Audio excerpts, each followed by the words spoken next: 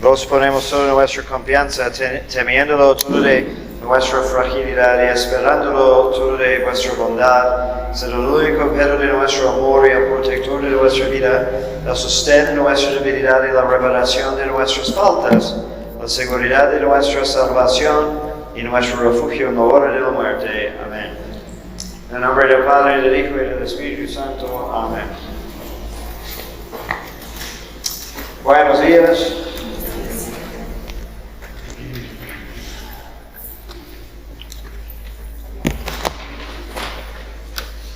Ok, vamos a empezar con una lectura de la carta de San Pablo a los Gálatas. Al llegar a la plenitud de los tiempos, envió Dios a su Hijo, nacido de mujer, nacido bajo la ley, para redimir a los que estaban bajo la ley, para que recibiésemos la adopción filial. Y por ser hijos, envió Dios a nuestros corazones el Espíritu de su Hijo, que grita, Abba, Padre, de manera que ya no eres siervo, sino hijo, y si hijo, heredero, por voluntad de Dios. Ok, entonces, hoy que vamos a considerar el misterio de la encarnación realizada. Okay. Tenemos que queremos considerar lo que significa por la frase en la plenitud de los tiempos. Okay.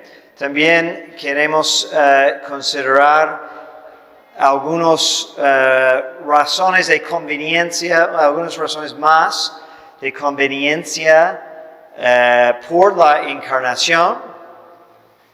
Como dice Santo Tomás de Aquino, Dios se encarnó no por necesidad, sino por amor, para que el hombre conozca cuán profundamente es amado. Primero, repitiendo un tema, porque queremos poner todo en un sentido muy espiritual.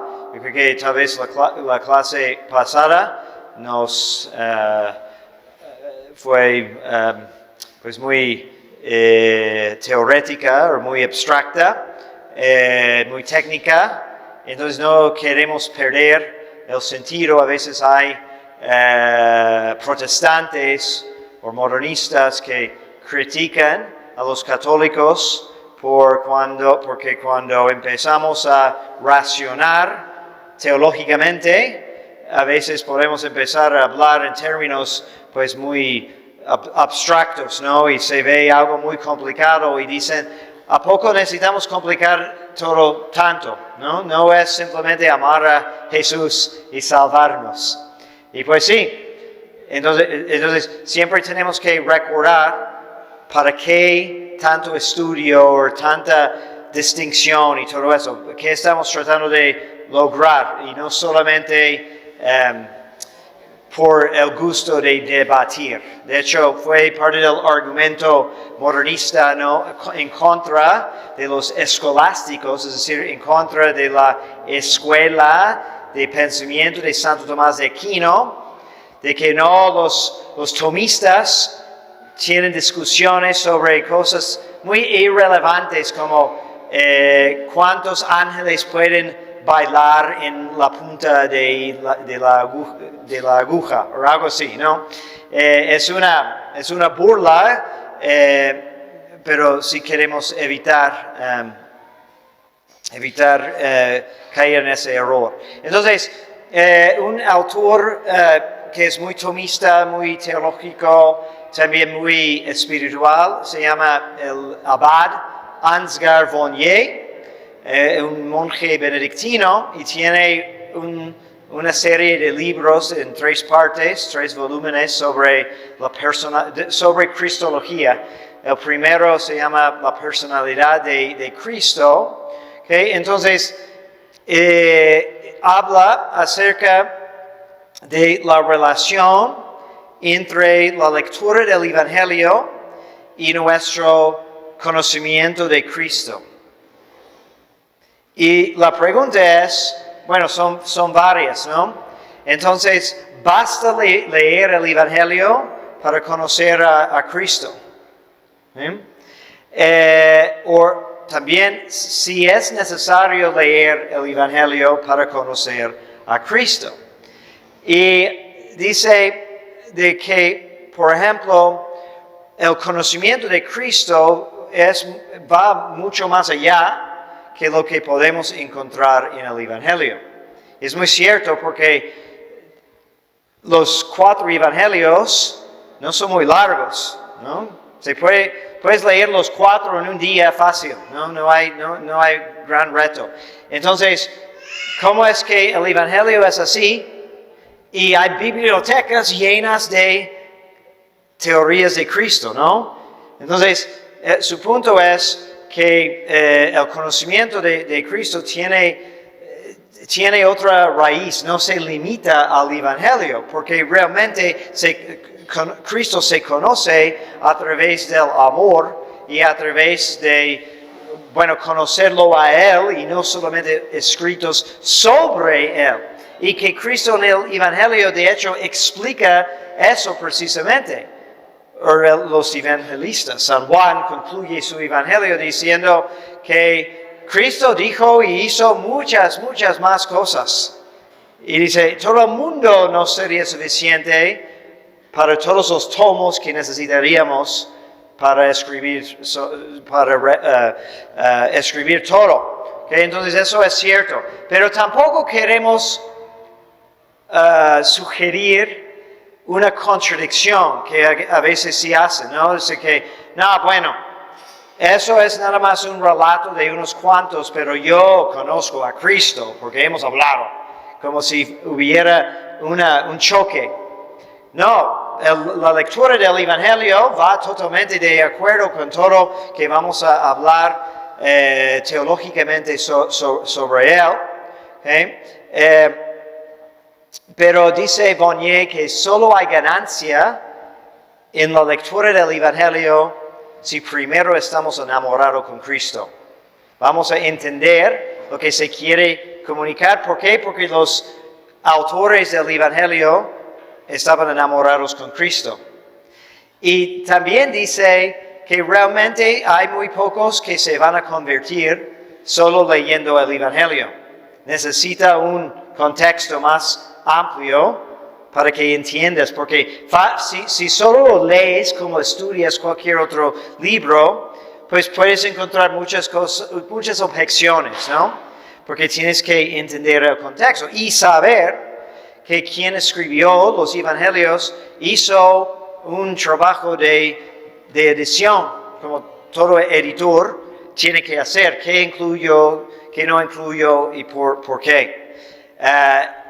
Entonces eso es importante de establecer. De hecho dice que no hay contradicción.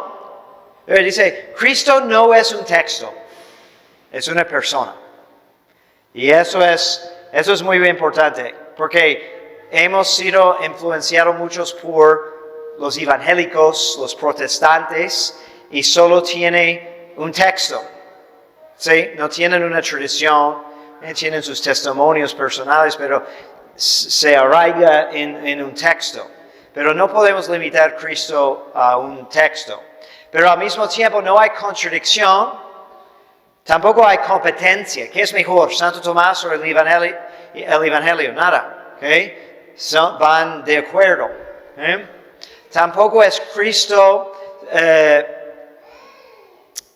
tampoco podemos ser que el Cristo de nuestro amor o afecto es más o menos grande que el Cristo del Evangelio. ¿Okay? Ahorita voy a aclarar por qué estoy explicando eso, porque hay teólogos que pretenden poner una distinción de que hay el Cristo de fe y hay el Cristo de la historia, que es una falsa dicotomía.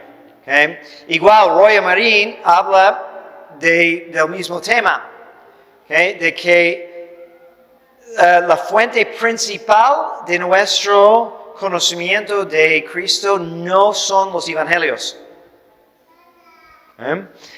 Eso chocaría a un protestante, pero cuando entendemos de que la iglesia dice de que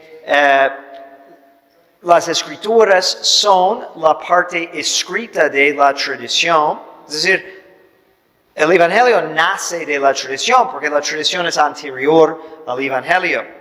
Y eso sabemos históricamente porque estaban predicando el evangelio mucho antes de que aún las fechas más tempranas, había varios años predicando el evangelio sin ningún texto, solamente tradición oral.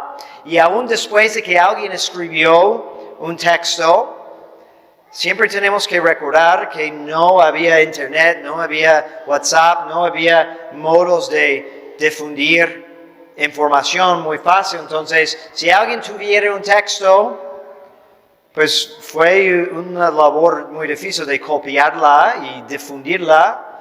Entonces, de todos modos, era una obra de tradición oral principalmente y de oración y de liturgia. Porque ahora no apreciamos mucho eso, pero ¿cómo transmitimos? ¿Qué es la manera más eficaz de transmitir el misterio de la persona de Cristo, que es más allá que nuestro entendimiento, viviéndolo en la liturgia? Y por eso una liturgia debe de siempre comunicar misterio.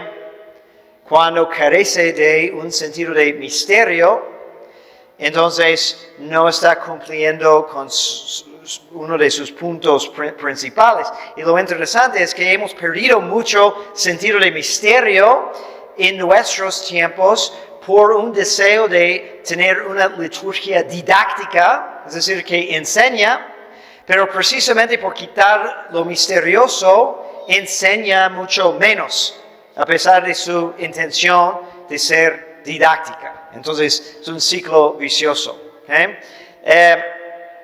Como nuestra fe en Cristo, es un conjunto de fuerzas naturales y sobrenaturales, la gracia de Dios nos da una parte, y también la fuerza divina o la naturaleza que tenemos de Dios, nuestra razón, que es una manera de conocer la verdad, también viene de Dios. Y luego el hombre tiene que aplicar sus fuerzas para estudiar esas realidades, para poder entender más. Pero la verdad última sobre Cristo no la alcanzamos sobre la mesa de estudio del investigador, ni en su austero gabinete de trabajo. La alcanzamos en el recinto sagrado, que está como atravesado por las corrientes de la vida sobrenatural y por las fuerzas morales del hombre en lo que nosotros llamamos el cuerpo de Cristo en su iglesia viviente. Muy bonito. Y tenemos ejemplos de santos también que confirman eso. Según la tradición, Santo Tomás y San Buenaventura vivían al mismo tiempo, pero tenían diferentes corrientes de pensamiento en cierto sentido. Buenaventura, franciscano, Tomás dominico, y Santo Tomás una vez preguntó, estaba impresionado con algo que escribió San Buenaventura, y le preguntó: ¿cómo sabes tanto? ¿Dónde viene tu sabiduría? Y apuntó hacia el crucifijo y dice: Él me ha enseñado todo lo que sé. Y por el contrario, dicen de Santo Tomás, de que cuando encontraba una pregunta muy difícil y no sabía cómo solucionarlo, sus compañeros y ayudantes dicen que lo encontraban con frecuencia en la noche, en la capilla, reposando su cabeza en el sagrario y a veces tocando, diciendo: Señor, ilumíname, ¿no? Entonces, esos dos doctores de la iglesia tenían esa ese conocimiento de dónde encontrar la solución a sus problemas. ¿Okay? Bueno, entonces, hablando de la encarnación, ¿okay? Primero, ya lo habíamos comentado, pero volvemos a analizar un poco la cuestión sobre por qué Dios tomó una naturaleza humana y no tomó ninguna otra naturaleza. Hay algo en la naturaleza humana que es particularmente adecuada para unirse con la persona divina. ¿Sí? Y el padre Tomás White, dominico, dice que hay cierta analogía entre humanidad y divinidad. ¿Okay? Recuerden que una analogía es un modo de comparación, pero no es exacta la comparación, pero es una forma literaria, de hecho, normalmente, donde decimos que, bueno, eso es como eso, ¿sí? Usando algo conocido para reflejar algo menos conocido. Entonces, dice Padre White que parte del diseño, la intención original de la creación del hombre como somos, es para que fuéramos una analogía de la naturaleza de vida, con la encarnación en mente desde el principio. Nos hizo preparándonos para algún día poder unir humanidad con la divinidad. ¿Okay? No se trata de igualdad. Obviamente nada es igual a la persona divina, el verbo divino, pero hay cierta proporción de orden y de perfección. Por ejemplo, ambas naturalezas, ¿okay? Entonces si hacemos la analogía de naturalezas, ¿okay? Humana y divina son desiguales, ¿okay? Pero hay cierta similitud que permite una comparación. Entonces, proporción de orden, dice, encontramos en que las dos son espirituales, intelectuales,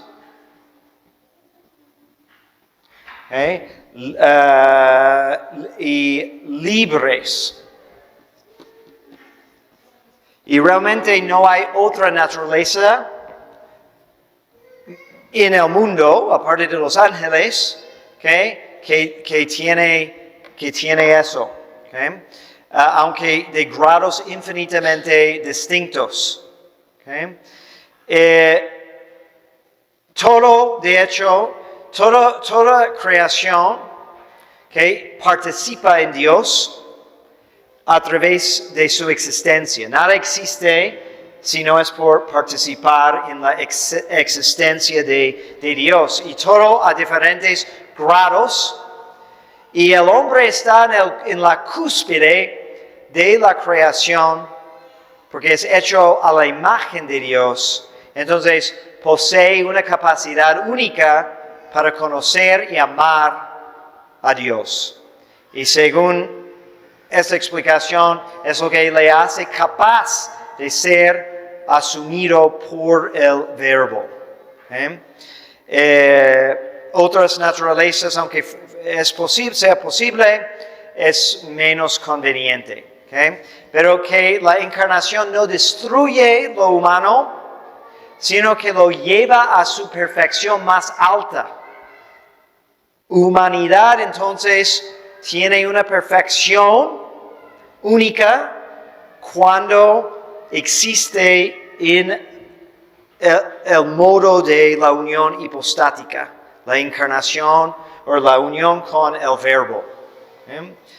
La humanidad de Cristo entonces se convierte o se muda porque desde el principio humanidad fue hecha para ser un reflejo de divinidad en anticipación de la encarnación. Y ahora este instante de humanidad, que es la humanidad de Cristo, se convierte en instrumento visible de la divinidad. ¿Okay? Entonces, la humanidad de Cristo es instrumento de su divinidad, como esta pluma es instrumento en mi mano. ¿Okay? Es mi mano que lo hace hacer algo de valor, ¿okay? Solo no va a hacer nada, ¿okay? Pero digamos es particularmente apto para esa función. Y sin la pluma no puedo escribir. Entonces hay una relación así, la instrumentalidad de la humanidad de Cristo, que luego también, ¿okay? Se hace instrumento para nuestra salvación también. La humanidad de Cristo es instrumento indispensable para la santificación y salvación del hombre. ¿Okay? Muy bien. Ok.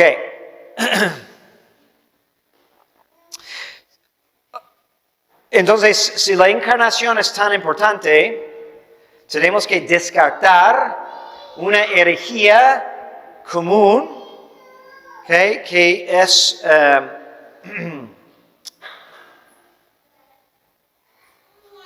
que hay una herejía moderna que habla de la encarnación simbólica o mitológica, que es herejía porque obviamente fe católica no insiste en una encarnación real, pero solamente porque seguro que lo han escuchado, si no explícitamente, incluso sacerdotes que han predicado en esa manera, implicando de que la encarnación tiene valor solamente simbólico. ¿Okay? Entonces, hay un protestante que se llama Schleiermacher, un alemán en el siglo XIX, ¿okay? Que enseñó que Cristo no es el verbo hecho carne, sino un hombre con conciencia perfecta de Dios. Entonces, el más iluminado. Es un variante de arianismo también. Entonces, la encarnación significa para él, eso es erróneo, pero significa para él y los que lo siguen, ¿okay? De que en Cristo hay una dependencia absoluta de Dios, ¿okay? No unión personal, ¿okay? Eso es falso. También hay otro protestante que se llama Bultmann, que propuso desmitologizar el Evangelio, es decir, quitarle todo de su, que es como mito, como en el sentido de los griegos, ¿no? Y de que nada más son historias, son cuentos que tienen una lección moral, lenguaje simbólico de la fe, que de la comunidad primitiva. De hecho, no sé si él exactamente, pero varios luego insisten de que cuando hablamos de la resurrección de Cristo, no es un hecho histórico real, sino es la fe muy viva de una comunidad que amaba a Jesús tanto que resucitó en sus corazones. Pero van a encontrar católicos que enseñan eso, o una forma de eso.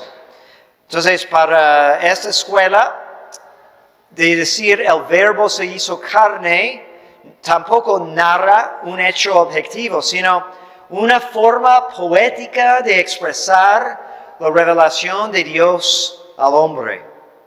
Es decir, que el verbo se hizo carne, la encarnación, no es que realmente pasó, sino es una bonita manera de hablar de eso. ¿Okay? Pero espero que vean la diferencia de esas opiniones erróneas y lo que expliqué aquí, de que la humanidad es analogía de la divinidad. Lo que estamos diciendo aquí es que Dios hizo humanidad para ser un símbolo o modo de comunicar lo que es su divinidad. Dios lo hizo.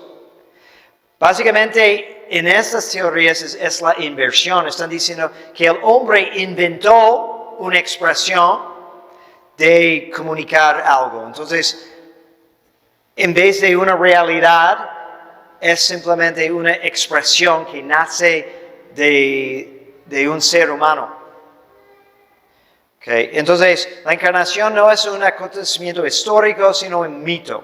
Otro, que es un católico que ha causado mucho daño en la iglesia, es un jesuita de Chardin, okay, muy influyente y muy destructivo. Okay. Fue jesuita y paleontólogo y básicamente creía en un tipo de evolución espiritual, ¿no? Quería aplicar el darwinismo a teología. Entonces hay una evolución de las cosas espirituales también. Entonces, interpretó la encarnación en clave cosmológica y evolutiva. Para él, Cristo no asumió una naturaleza humana individual, sino se encarnó en la materia como principio evolutivo del universo. ¿Okay? Porque no hay naturalezas fijas, sino trayecto. Vamos progresando y moviendo todo el tiempo, ¿no? En su visión, la encarnación es simbólica del proceso evolutivo en el que Dios y el mundo tienden a unificarse, ¿no? Bueno, entonces, para saber lo que debemos de rechazar, ¿okay? Nosotros queremos decir que la encarnación es un hecho. De hecho, hay dos aspectos que necesitamos comprobar en la encarnación, de que hay verdadera divinidad, de Cristo es verdaderamente divino. Okay, y hay motivos de credibilidad, ¿no? ¿Cómo comprobamos que es Dios? Este hombre, si tomamos por hecho de que hay valor histórico en los evangelios, es decir, que no es todo un invento, pero que realmente se trata de alguien que se llama Jesús, que vivió, entonces, que no todos hacen, ¿no? Hay algunos que quieren decir que, bueno, es una fábula. Y hay argumentos en contra de eso, obviamente, porque realmente no hay ningún texto histórico de esa edad tan comprobado como los evangelios. Es decir, que hay mención de los evangelios en tantas otras fuentes. Y también hay mención de los mismos hechos en otras fuentes fuera del Evangelio. Y en realidad sabemos más de la veracidad, porque son auténticos los Evangelios, más que podemos comprobar que son auténticos los escritos de Platón, por ejemplo. Porque tienen más comprobaciones. ¿Okay? Entonces, luego, cuando vemos en los evangelios que vemos de la divinidad de Cristo, por ejemplo, sus milagros, ¿okay? Que por eso hay muchos que quieren tirar los milagros, ¿okay? Pero si insistimos que los evangelios son auténticos, pues hay muchos milagros, no se puede negar, ¿okay? Y tienes que reinterpretar el texto si quieres decir que son todos unos inventos, especialmente cuando vemos los mismos milagros en más de un evangelio. Por eso han postulado algunos de que no, los sinópticos Mateo, Marcos, Lucas, hay una fuente anterior que viene de esa fuente. El problema es que nadie sabe cuál es esa fuente, ¿no? Pero intentan inventarlo, ¿okay? Por donde concuerdan los tres evangelios, pero en vez de explicar lo que tienen en común, de que son tres personas que recibieron un testimonio en común y lo relatan, ¿okay? Pero también Jesús se decía Dios. Hay varios momentos, ¿no? Dice, yo y el Padre somos una sola cosa. ¿Okay? Usa el divino nombre. Dice, yo soy. Y responden con asombro o con miedo, ¿sí? Y hace milagros de su propio poder y autoridad. ¿Okay? Es admirable por las profecías que él hacía, que se cumplieron. Y también por las profecías que él cumplió, hechas sobre él hace mucho tiempo. Enunció su pasión y su muerte, su resurrección, su traición, la negación de Pedro, etcétera, etcétera. Y bueno, y la prueba más poderosa de su divinidad es su misma resurrección. Y todo el mundo lo sabe, porque de vez en cuando surgen, ¿no?, algún estudio o alguna película o algo, una controversia que dice, tal vez encontramos el cuerpo, los huesos de Jesús, ¿no? Me acuerdo que fue una historia en una revista o algo y recibió mucha atención porque decían que encontraron una tumba y que dice Jesús, hijo de José. Es como decir que si encuentras ahora una tumba que dice José, hijo de Pedro, que sabes quién es como hay muchas personas con ese nombre, especialmente en ese tiempo. ¿Okay? Entonces, pero siempre quieren decir que encontraron los huesos de Jesús porque así pueden derrumbar el cristianismo si comprueban que Jesús no resucitó de la muerte. Y de hecho, siempre ha sido la clave desde el principio de la iglesia, porque San Pablo lo dice también, si Cristo no haya resucitado de la muerte, nuestra fe es en vano. Entonces, eso es lo más poderoso. ¿Okay? Y luego, después de la resurrección, también el hecho de que los apóstoles, porque luego dicen, no, que los apóstoles fueron y cortaron su cuerpo y inventaron esa historia. Okay. Se pusieron todos de acuerdo. Pero lo raro es que si fue una conspiración, los más cercanos a Jesús y los líderes de la iglesia no querían creerlo al principio. Y después que estaban todos dispuestos, sin excepción, de morir terriblemente en testimonio de esa realidad. Entonces, podemos imaginar a alguien que hace una conspiración, pero es mucho más difícil pensar en tantas personas que por una conspiración están dispuestos a sufrir tortura y la muerte, etcétera, por algo que saben que es una mentira. Bueno, ok. Luego, Santo Tomás, okay, analizando la encarnación. Bueno, preguntas hasta aquí. Una pausa, si hay. ¿Sí? Gracias. Bueno, lo que comentaba hace rato de que la persona de Cristo era más grande que lo que decían de ellos los evangelios, algo así fue la idea que se me quedó. Bueno, en una ocasión, en un curso que tomé de Escuela de Evangelización San Andrés, que era un curso general, así muy a grandes rasgos de toda la Biblia, un resumen, ¿no?, del principio de la historia de la salvación, nos hacían el curso que cargáramos la Biblia, que incluso durmiéramos con ella como para agarrarle amor, ¿no?, porque nos decían que la Biblia era Jesús hecho palabra. Entonces me quedé pensando, dije, sería una afirmación muy exagerada, como protestantizada, Probablemente, no estoy muy familiarizado, pero no me sorprende de que tenemos mucha influencia protestante en catequesis, en evangelización y todo eso.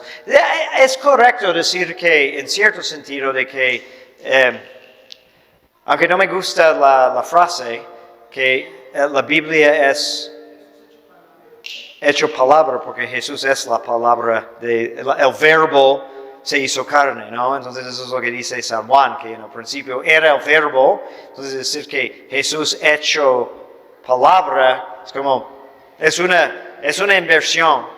Yo prefiero la fórmula tradicional de que la Biblia es la parte escrita de la tradición, y la tradición es todo el depósito de fe encomendado por Jesús a su iglesia.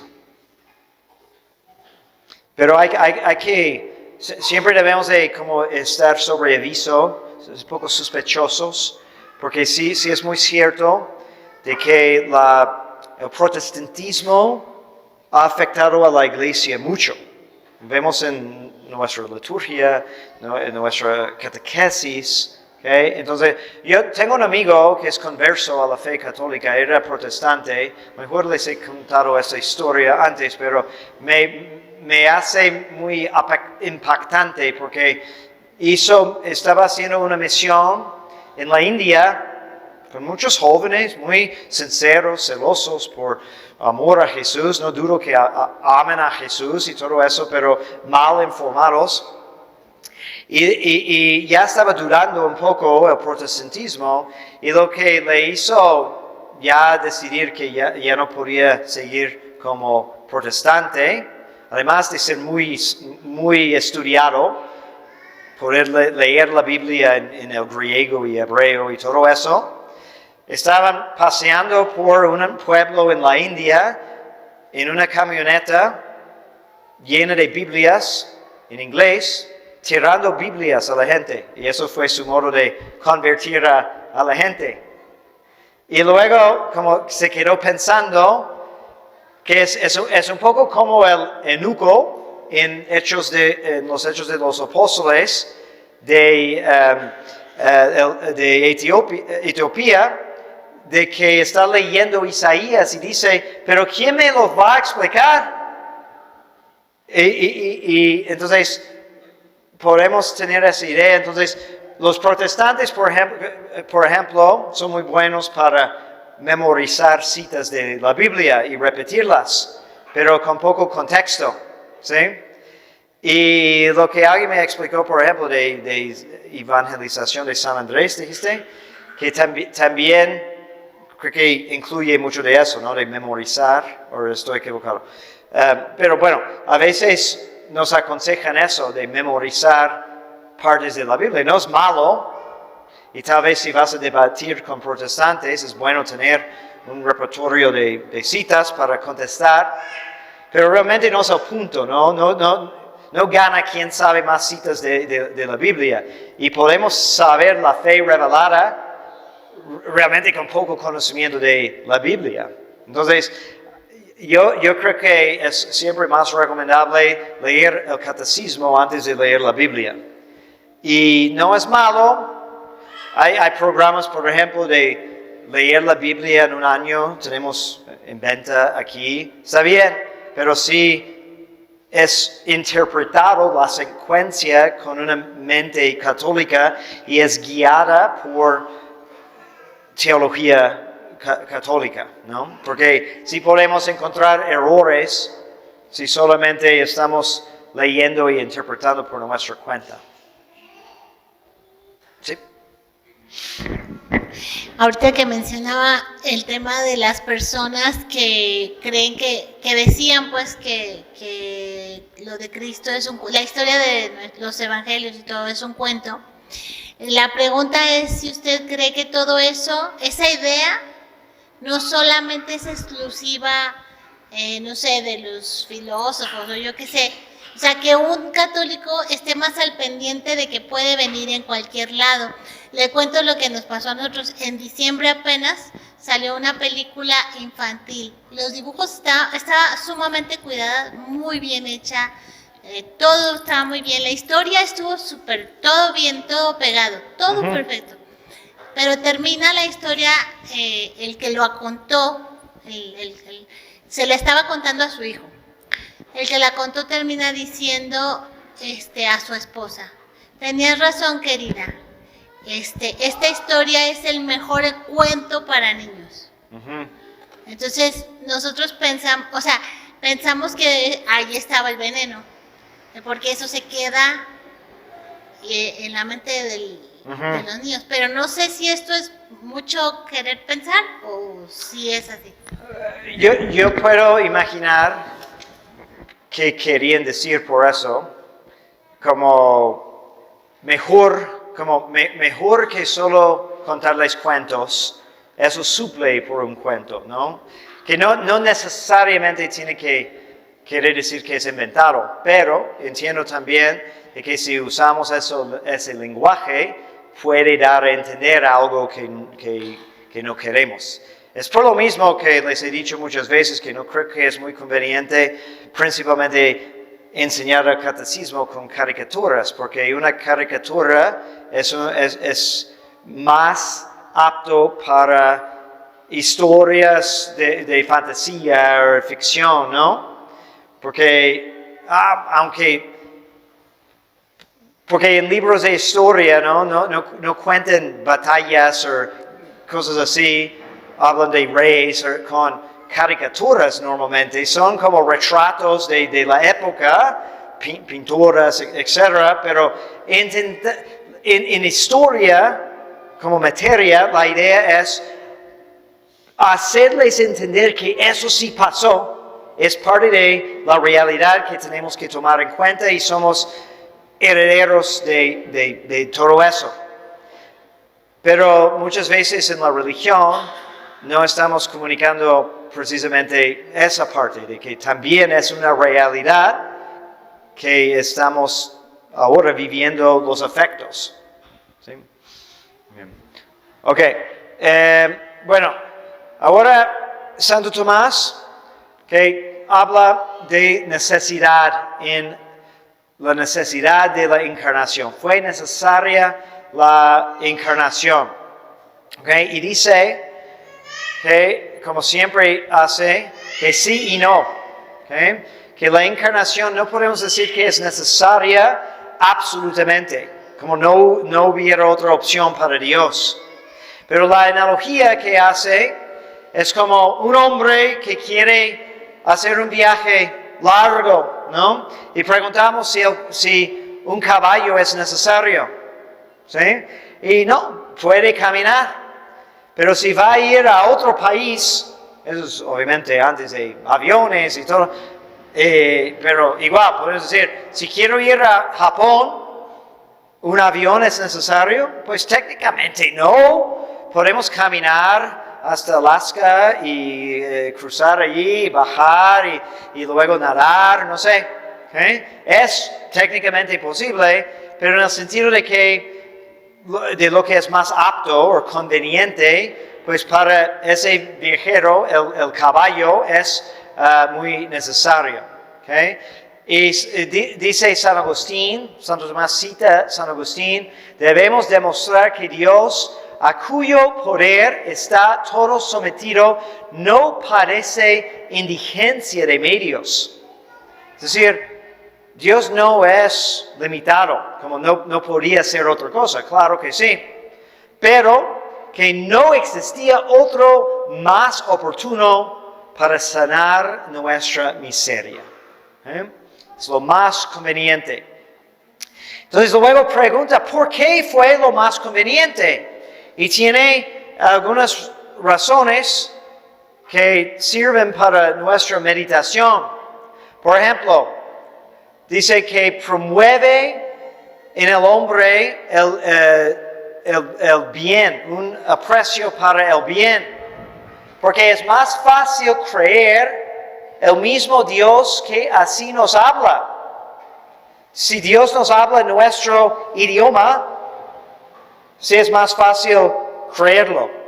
Es como critican a algunos de los españoles que llegaron al Nuevo Mundo, cómo justificaban algunos de sus abusos, porque había el requerimiento real. Entonces, algunos abogados decían, entonces podemos hacer guerra contra los indígenas solamente si les leemos este decreto, explicando que necesitan convertir a la fe católica, etcétera, etcétera, toda su justificación. Pero siempre llegaban con los indígenas y leían esa cosa en español, que nadie entendía. Entonces, pero si alguien hubiera tomado el tiempo primero de aprender su idioma y luego presentarlo, este mensaje a lo mejor hubiera tenido más sentido, ¿verdad? Y es un poco como el argumento aquí de Santo Tomás, cuando Dios toma la molestia de hablarnos en nuestros términos, entonces somos más aptos o más inclinados a creerlo. ¿Okay? Dice San Agustín otra vez, parece que el hombre caminase con más confianza hacia la misma verdad, el Hijo de Dios haciéndose hombre constituyó y cimentó la fe. ¿Okay? Luego, que es más conveniente por cómo nos enseña y promueve la esperanza.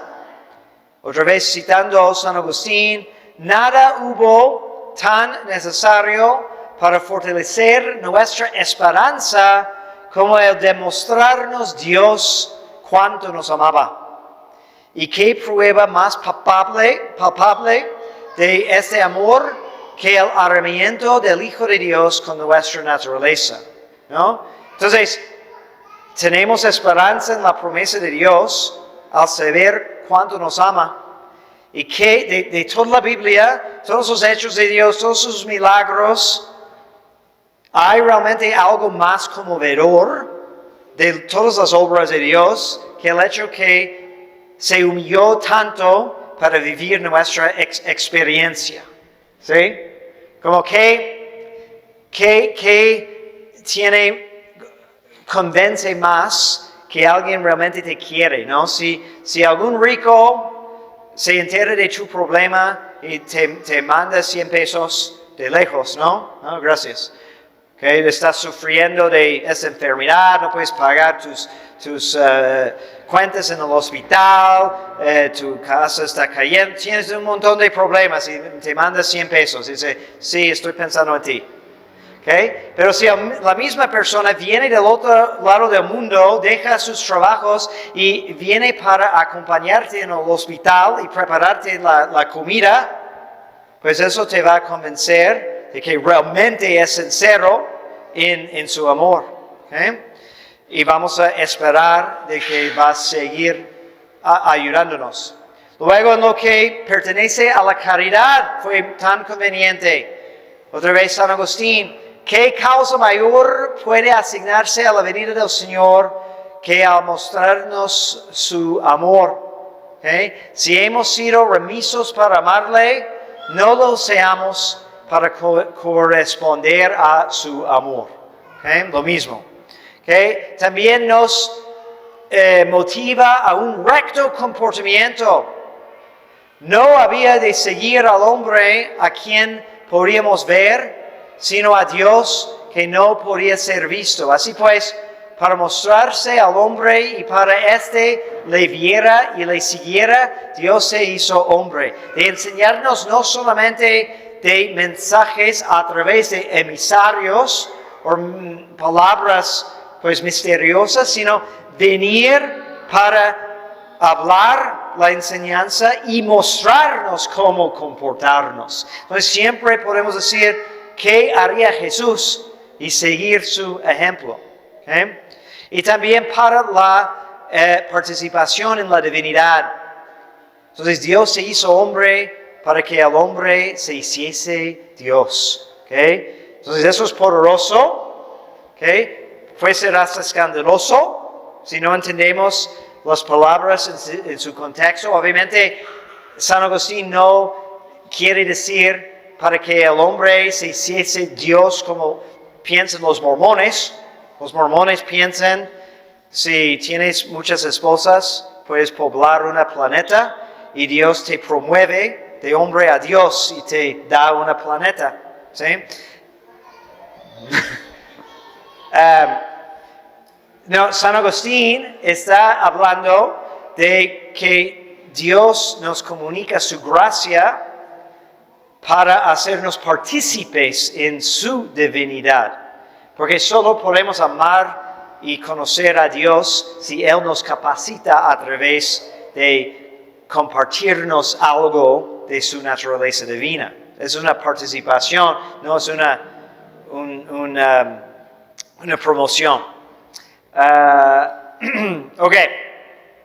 Luego, además, la encarnación es conveniente por lo que nos hace para alejarnos del mal.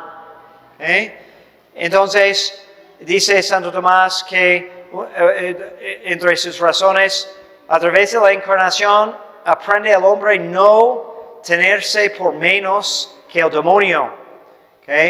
Cuando la naturaleza humana, dice San Agustín, pudo ser unida a Dios hasta el punto de no constituir con Él más que una sola persona, en Jesús la humanidad se constituye una sola persona divina, ¿no? A través de la unión hipostática. Entonces, dice, los espíritus malignos no pueden atreverse a anteponerse al hombre porque ellos no tienen carne. Entonces, de que la humanidad unida a Dios, a divinidad, entonces tiene muchísimo más poder que cualquier de los peores demonios. Entonces, no debemos de temer ningún demonio porque tenemos Jesús. Luego nos enseña la dignidad de nuestra naturaleza. Dios nos manifestó cuán excelso lugar ocupa entre las criaturas de la naturaleza humana al mostrarse entre los hombres con naturaleza de verdadero hombre. Por eso dice San León Magno en un sermón para la Navidad: reconoce, oh cristiano, tu dignidad, y ya que has sido hecho partícipe de la naturaleza divina, no quieras volver a tu antigua vileza por un comportamiento indigno. También la encarnación destruye la presunción, es decir, que no debemos de ser tan orgullosos o soberbios, porque vemos en Jesús tanta humildad. Entonces San Bernardo también tiene un sermón muy impactante sobre ese tema, donde dice: aprende, polvo, a obedecer, porque tú, Rey y Dios, se sometió a una mujer. Entonces no debemos de tener presunción. Igual para curar la soberbia, y para liberar el hombre de la esclavitud, porque Jesús tomó la forma de esclavo para liberarnos, como dice San Pablo, de la esclavitud al pecado y demonio. Entonces, en la forma de Santo Tomás, nos da una lista de diferentes razones, argumentando que por la conveniencia de la encarnación. Luego pregunta, y eso nunca ha sido resuelto totalmente, pero de hecho es una gran controversia histórica entre franciscanos y dominicos, si el hombre no hubiera pecado, si Dios se hubiera encarnado. Si el hombre no hubiera pecado, si Dios se hubiera encarnado, ¿ok? Entonces, no hay definición sobre eso. Podemos tomar una encuesta, ¿no? ¿Quién dice? A ver, ¿por cuál espiritualidad inclinas más, no? No, pero Santo Tomás dice que más probablemente no, que no se hubiera encarnado Dios, ¿okay? Si no fuera por el pecado, porque la Sagrada Escritura siempre presenta la encarnación en relación con la redención del pecado, por nosotros y por nuestra salvación bajo del cielo. Okay. La encarnación es principalmente el remedio del pecado, aunque una vez realizada tiene frutos más allá que la redención. No debemos de limitar la encarnación a solamente quitarnos el pecado, porque hay muchos más pasos después, ¿no? Ahora, el otro lado es la perspectiva franciscana, que dice, no, aún sin pecado, la naturaleza fue, pues, la naturaleza humana fue destinada para esa unión con la divinidad. Eso es probablemente cierto, porque, pues, en la creación vemos que el hombre fue creado para comunión con Dios.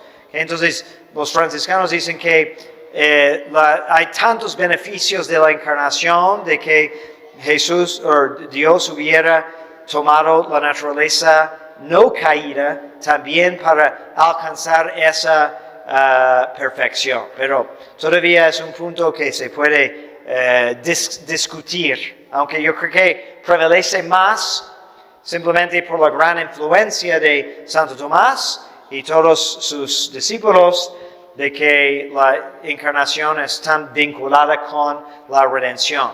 Pero realmente es un punto para meditar, sirve para nuestra oración, pero de preguntar si hubiera, o esas condicionales, no sirve para mucho en cuanto al contenido de la fe, porque pues no es el caso. Estamos preguntando por cosas que no son. Había una pregunta aquí. ¿Puedes venir hacia adelante, por favor? Es mejor que si ella se acerca, es mejor. Luego me regañan si me alejo de la cámara. Gracias. Padre, yo tengo una duda en lo que acaba de mencionar. Bueno, meditando precisamente en eso de que si hubiera encarnado o no, entonces se supone que cuando cayó Luzbel, yo eso sabía, no sé, le pido si me puede corregir, fue porque se enteró que Cristo iba a ser de una, digamos, naturaleza inferior a la angélica, en ese caso, y que pues se llenó de soberbia y dijo, no voy a servir a alguien que sea inferior. Eso es lo que yo sabía, pero no sé. Es una interpretación, sí. Sí, es en relación a eso, de que yo pensé, si es así, el plan A era que Cristo iba a venir, se iba a encarnar, y pues el plan A no funcionó porque Luzbel se reveló y con él un tercio de los ángeles, y me quedo en eso. No sé si puede corregir, por favor. Sí, bueno, entonces sí hay varios intérpretes que hacen esa explicación, pero no tenemos ningún dato de revelación exactamente cómo era la prueba de Luzbel. Solo sabemos que cayó, porque eso sí dice la Escritura, cayó por su soberbia, pero cómo era no sabemos exactamente, ¿no? Entonces hay algunas interpretaciones que dicen que sí, fue revelado de que Dios iba a tomar naturaleza humana, ¿okay?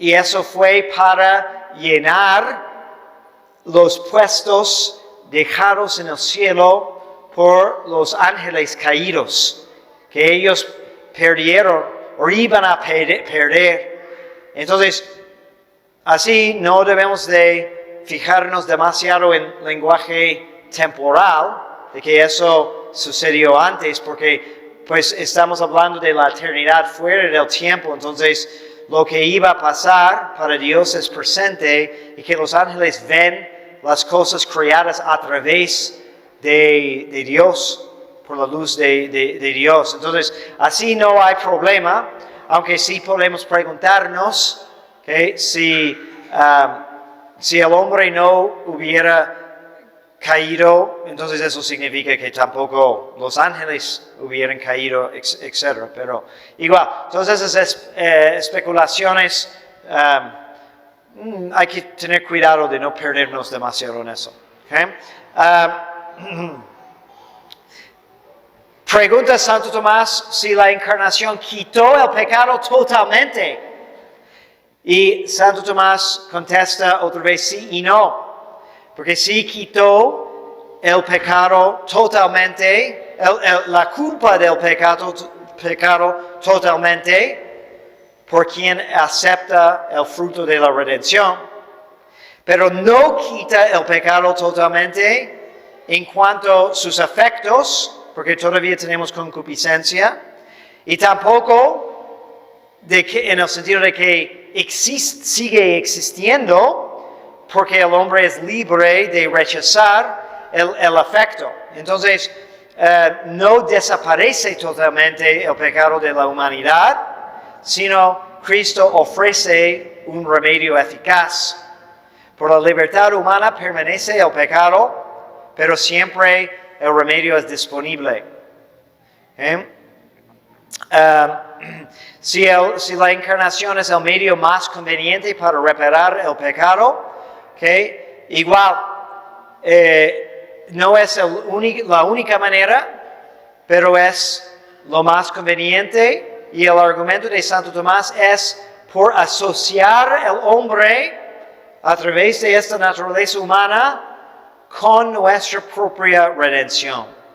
Entonces, dice San Agustín, entonces, oh hombre, quien Dios creó sin tu consentimiento, no te redime sin tu participación.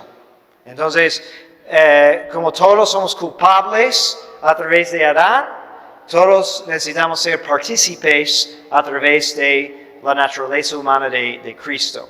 ¿Okay? Y también dice Santo Tomás, nada muestra tanto la bondad de Dios como que el mismo Dios se haga criatura. Okay. Luego hablamos un poco, la siguiente pregunta es sobre el modo de la encarnación, y la vez pasada hablamos un poco de esos detalles. Por ejemplo, si es posible que otra persona divina pudiera haberse encarnado, y que sí, pero que el Hijo es lo más indicado de las tres personas, porque es la sabiduría divina y la manera en que Dios nos está redimiendo muestra la sabiduría de Dios en una manera tan excelente. ¿Okay? Aunque la encarnación, eso es una distinción importante, solo el Hijo, solo la segunda persona se encarnó. Pero la encarnación es un acto de las tres personas juntas, la divina naturaleza. ¿Okay? Y eso requiere el contexto de otra sección de la Suma, donde Santo Tomás habla de la Trinidad, pero las personas tienen distinción en su relación y en su misión. Pero todo acto fuera de la Trinidad es un acto conjunto de toda la Santísima Trinidad, las tres personas. Entonces, fue la segunda persona enviada por Dios para encarnarse. Entonces, no decimos que Jesús es el Padre. De hecho, a veces los niños se confunden en eso, ¿no? ¿Quién es Jesús? Y dicen, es nuestro Padre. Y hay una manera en que lo puedes decir que está bien, tiene un amor paternal para nosotros, pero también no me gusta porque estamos confundiendo la cosa. El Padre no se encarnó. Dios Padre es otra relación con el alma, ¿okay? Es Dios Hijo que se encarnó. Entonces es mejor, de hecho, decir que Jesús es nuestro hermano y nuestro redentor, ¿okay? Pero mantener esa distinción entre Padre y Hijo. Pero cuando hablamos de la encarnación como acto, ¿cómo se realizó? Entonces es una obra de la Santísima Trinidad. Ahora bien, nuestro lenguaje también tiene que acomodarse a el lenguaje religioso tiene que acomodarse a nuestras capacidades. ¿Okay? Entonces si hablamos, el Evangelio dice que el ángel habla a María y dice que va a venir sobre ella el Espíritu Santo. ¿Okay? Entonces hablamos de obra del Espíritu Santo, ¿okay? Porque es el amor entre el Padre y el Hijo, ¿okay? Pero en cuanto todo acto fuera de la Santísima Trinidad es acto de toda la Santísima Trinidad, decimos que el acto de la encarnación es acto de las tres personas. ¿Okay? Pero se realiza en una sola persona. ¿Okay? Una distinción sutil, ¿okay? Pero sí importante. ¿Okay? Entonces, la encarnación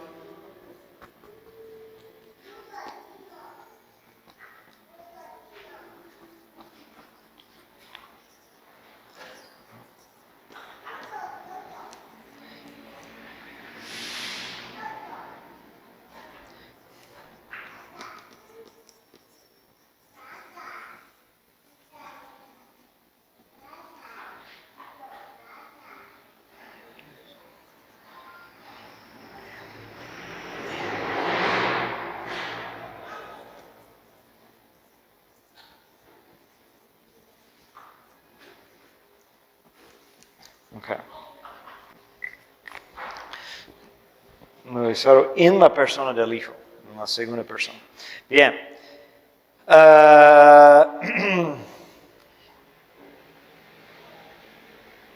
Okay. Que no asumió la naturaleza humana en común, sino una naturaleza individual. Okay. Y asumió todo lo esencial de la naturaleza humana, su cuerpo, su alma racional, sus potencias, sus facultades, sus pasiones naturales, exceptuó solo el pecado, porque el pecado no pertenece a la naturaleza, sino a su defecto. Entonces, no asumió el pecado en cuanto herencia, pero sí tomó en la redención la culpa del pecado por nuestra causa, aunque Él no fue reo del pecado. ¿Okay? Luego, importante que decimos en el credo, ¿okay? Y en muchas definiciones de concilios, ¿no? Que es nacido de mujer, ¿okay? Que nació de la Virgen María, ¿okay? Porque era más conforme al orden natural y la dignidad de la mujer redimida, ¿okay? Que cuando reconocemos que Cristo nació como varón, es varón, pero también para la identidad de mujer es importante enfatizar que nació de la mujer, que hay una mujer que es en parte causa de la redención en una manera muy natural. La Virgen María coopera libremente al misterio, ¿okay? Entonces su consentimiento fue necesario dando la parte del hombre para efectuar la encarnación. Igual como Dios dejó libre los seres humanos en la prueba, en el principio, pudieran haber no pecado. Ahora, para la redención también requiere, por disposición de Dios, un consentimiento libre para la participación de la humanidad. ¿Okay? Pero decimos que se encarnó en la plenitud de los tiempos. Y eso es importante, ¿okay? Porque en ese momento, y no antes o no después, la plenitud de los tiempos refiere a la preparación anterior, las circunstancias que dispuso Dios para la encarnación. ¿Okay? Entonces eso dice San Pablo a los Gálatas, ¿okay? No se encarnó luego después del pecado. ¿Por qué? Porque necesitaba pues una preparación. ¿Okay? Y el hombre necesitaba como hacer penitencia por el pecado, darse cuenta de su necesidad por Dios. Es una preparación y pedagogía. ¿Okay? Y luego pregunta si hubiera, ¿por qué no esperó hasta el fin del mundo para encarnarse? Y dice, realmente la encarnación de Cristo está en un punto céntrico para que podamos tener una preparación, pero luego los frutos pueden florecer. Porque dice que es como un sol naciente, pero luego tiene que iluminar toda la iglesia y la presencia de Cristo y todo su poder y afecto. Tiene que radiar mucho más allá que el lugar concreto y el momento concreto en que se encarnó. Okay. Su encarnación fue verdadera, ya hablamos de eso, que tenía verdadero cuerpo, okay, verdadera alma, y hay herejías que niegan ambas partes. Okay. Y ni su cuerpo ni su alma existía antes. No sé cómo estaba ahí flotando un alma perfecta esperando la encarnación, sino que Dios hizo el cuerpo y el alma de Cristo en el momento de la encarnación. ¿Okay? Pero que no es cambio en la encarnación, no hay cambio en Dios. No es que Dios cambió en carne. No, asumió naturaleza humana, porque divinidad no se puede cambiar, y eso es otra pregunta, ¿no? Entonces Dios es inmutable, entonces a la encarnación eso es un cambio en Dios. No, nada cambió en la divinidad, ¿okay? Realmente fue humanidad que experimentó un cambio en que Dios permitió una unión, ¿okay? Más concreta, asumiendo carne. Okay. Y tampoco es mezcla de naturaleza, tampoco es simplemente gracia. Okay. Unión hipostática es más grande, no tiene igual. Entonces es diferente que nuestra participación en divinidad a través de la gracia. Y finalmente pregunta Santo Tomás si la encarnación es permanente. Y si es, nunca Dios se va a separar de la humanidad. Okay. Bien, entonces, esas son las primeras 3 preguntas sobre la encarnación en la tercera parte de la Suma Teológica. Okay. ¿Alguna otra duda antes de terminar?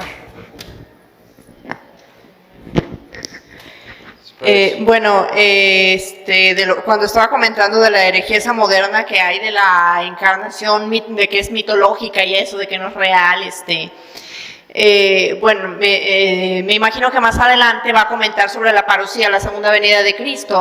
No sé si esté pensando comentar, si no, me gustaría sugerir que lo comente, porque yo he oído una herejía moderna, yo la califico de herejía, yo sí digo que es herejía, porque ya van un laico y un sacerdote a quienes oigo decir que la segunda venida de Cristo no va a ser así como dice la Biblia, así que va a bajar del cielo con todo esplendor y toda gloria y con los ángeles y todo eso, sino que va a ser así en la humildad como su primera venida. Ya van 2 personas dentro de la iglesia que oigo decir eso. Para mí es herejía porque la Biblia es muy clara y el catecismo de la iglesia católica también es muy claro. Yo digo que cae en herejía, entonces también es algo como muy moderno, porque yo lo estoy oyendo en estos tiempos, ¿verdad? Entonces yo me imagino que va a hablar a fondo en su momento de la parucía también, ¿verdad?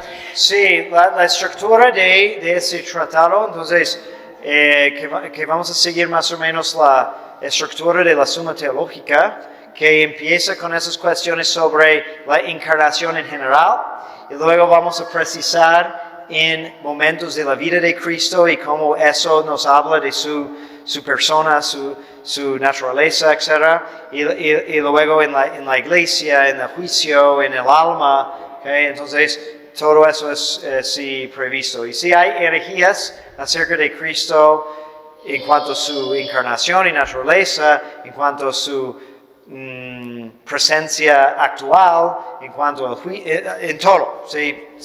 Siempre pueden encontrar una herejía. Sí.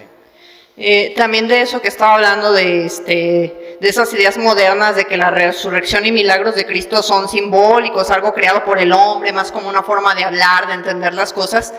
Estaba pensando cuando lo estaba diciendo que sería como una forma de marxismo, ¿no? Porque pues también Carlos Marx fue lo que dijo, que el hombre habría creado a Dios y que ya el hombre había matado a Dios, entonces también sería como una forma de marxismo, ¿no? Pues realmente es al revés, ¿no? Porque Marx fue producto de corrientes de la Ilustración que antes empezaron a poner todas esas ideas de una necesidad de purificar la religión, ¿no? Somos gentes de ciencia, entonces no tenemos que creer en esos mitos, no hay necesidad de fe porque ciencia puede entender todo, ¿no? Entonces es una visión mecánica del mundo, de la historia. Marx también es un producto de Hegel que aplicaba la filosofía de que todo va en un trayecto hacia una perfección, pero totalmente natural, ¿no? Que hay un dinamismo y todo eso. Entonces, pues sí, es recurrente en la modernidad, donde el hombre es el centro. Entonces queremos acomodar todo a la mente humana. Entonces eso requiere eliminar la necesidad de fe. Entonces intentar dar otras explicaciones que pensamos que podemos entender. Y sí, y vemos que es cíclico, porque cuando piensas así, entonces también significa que solo vas a vivir, si solo hay el modo de entender el mundo como el hombre lo ve ahora con su mente limitada, entonces eso requiere que este mundo es todo lo que tenemos. Entonces el marxismo en la teología y vamos a crear un paraíso aquí en la tierra eliminando el capitalismo, etcétera, etcétera, ¿okay? Que hemos escuchado, es parte de lo mismo. Y la última, perdón,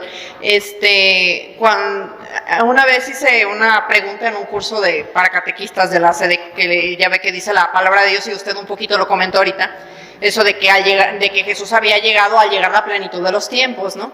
Entonces yo le pregunté al que estaba dando el tema porque salió esto también.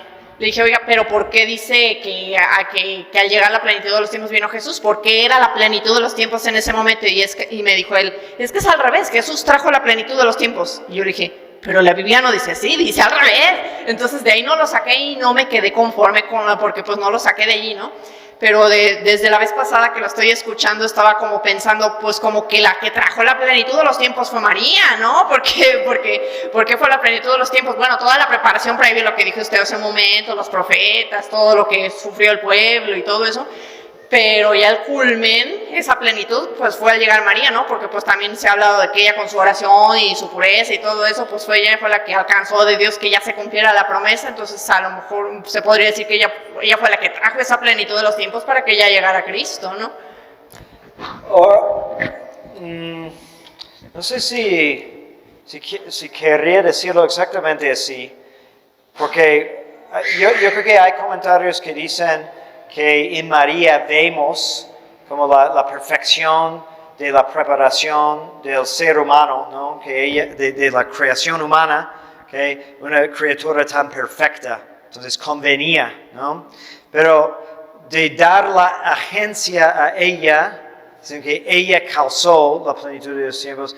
Yo creo que esa expresión es más amplia porque también refiere a todas las profecías, refiere incluso a cosas políticas como el Imperio Romano que puso todo el mundo en paz y que estaba unida con un idioma, el latín, que fue un idioma providencial para difundir el Evangelio, muchas cosas, o incluso en el mundo pagano que había filósofos o poetas que en su manera estaban profetizando sobre el Mesías. Entonces yo creo que ese término refiere a muchas cosas, sí. Bien, ¿y Gustavo?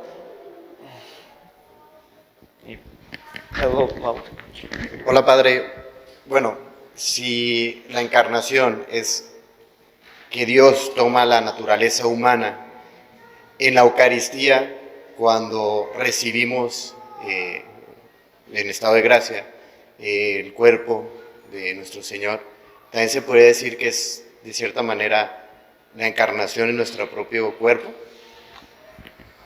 Es una semejanza, no queremos ser demasiado literal, porque la encarnación refiere a la unión hipostática, ese tipo de unión que es irrepetible. Pero sí místicamente, en analogía, podemos decir que estamos continuando la encarnación, hay santos que hablan, estamos prestando nuestra naturaleza otra vez a la divinidad, pero siempre con el cuidado de cuando hablamos en términos místicos de espiritualidad, no estamos usando la misma precisión del lenguaje teológico, porque a veces tenemos que decir, bueno, en tu oración puedes decir eso, si lo entiendes así, pero los teólogos tienen que aclararlo para decir que solo si lo dices con estos límites. Porque sí sería peligroso decir que cada vez que comulgamos Jesús está encarnando en el mismo sentido. Pero sí, incluso cuando hablamos del milagro de transubstanciación, de hecho ese momento es más apropiado hablar de otra encarnación, aunque de todos modos no es exactamente lo mismo. Es todavía analogía porque el Jesús que transforma, cuya substancia se hace presente, ya tenía humanidad, ya está encarnado, porque entonces no es una nueva encarnación, pero más bien es una nueva manifestación de la misma encarnación, allí en la misa. Ok, muy bien, buenas preguntas. Ok, una última. Quiero pedirle si puede dar algún ejemplo de lo que mencionó, que dijo que todo acto fuera de la Trinidad es un conjunto de actos de las tres personas. Sí entendí lo que dijo, que la encarnación es un acto de la Santísima Trinidad, pero se realiza en una sola persona. Pero el ejemplo después dijo, más bien antes dijo, todo acto fuera de la Trinidad es un acto conjunto de las tres personas. No sé si pueda dar un ejemplo de Sí, aunque hablamos de a veces asignamos ciertos actos a una u otra persona de la Trinidad por conveniencia. Por ejemplo, hablamos de que el Padre es el creador. Pero técnicamente creación, porque es fuera de la Trinidad, la distinción de personas es en cuanto a su relación entre sí. Por eso hablamos de distinción. Pero cuando Dios obra fuera de sí, entonces no se pueden separar las personas. Entonces es un acto de todos ellas. Y entonces creación realmente es un acto de las tres personas. Y a veces también lo manifestamos así. Por ejemplo, decimos que el Padre creó por el Verbo, que dice San Juan, que no hay nada que existe que no fue hecho por el Verbo, ¿okay? Y por gracia del Espíritu Santo. Entonces, tienen su papel pero como es fuera de la Trinidad, no, porque si no decimos eso vamos a caer en un politeísmo. Hay tres dioses operando diferente. No, es una unidad. Su distinción es interna. Ok, muy bien. Muchas gracias. Les damos la bendición. Benedictio omnipotentis Patris et Filii et Spiritus Sancti descenda super vos et manet semper. Amen.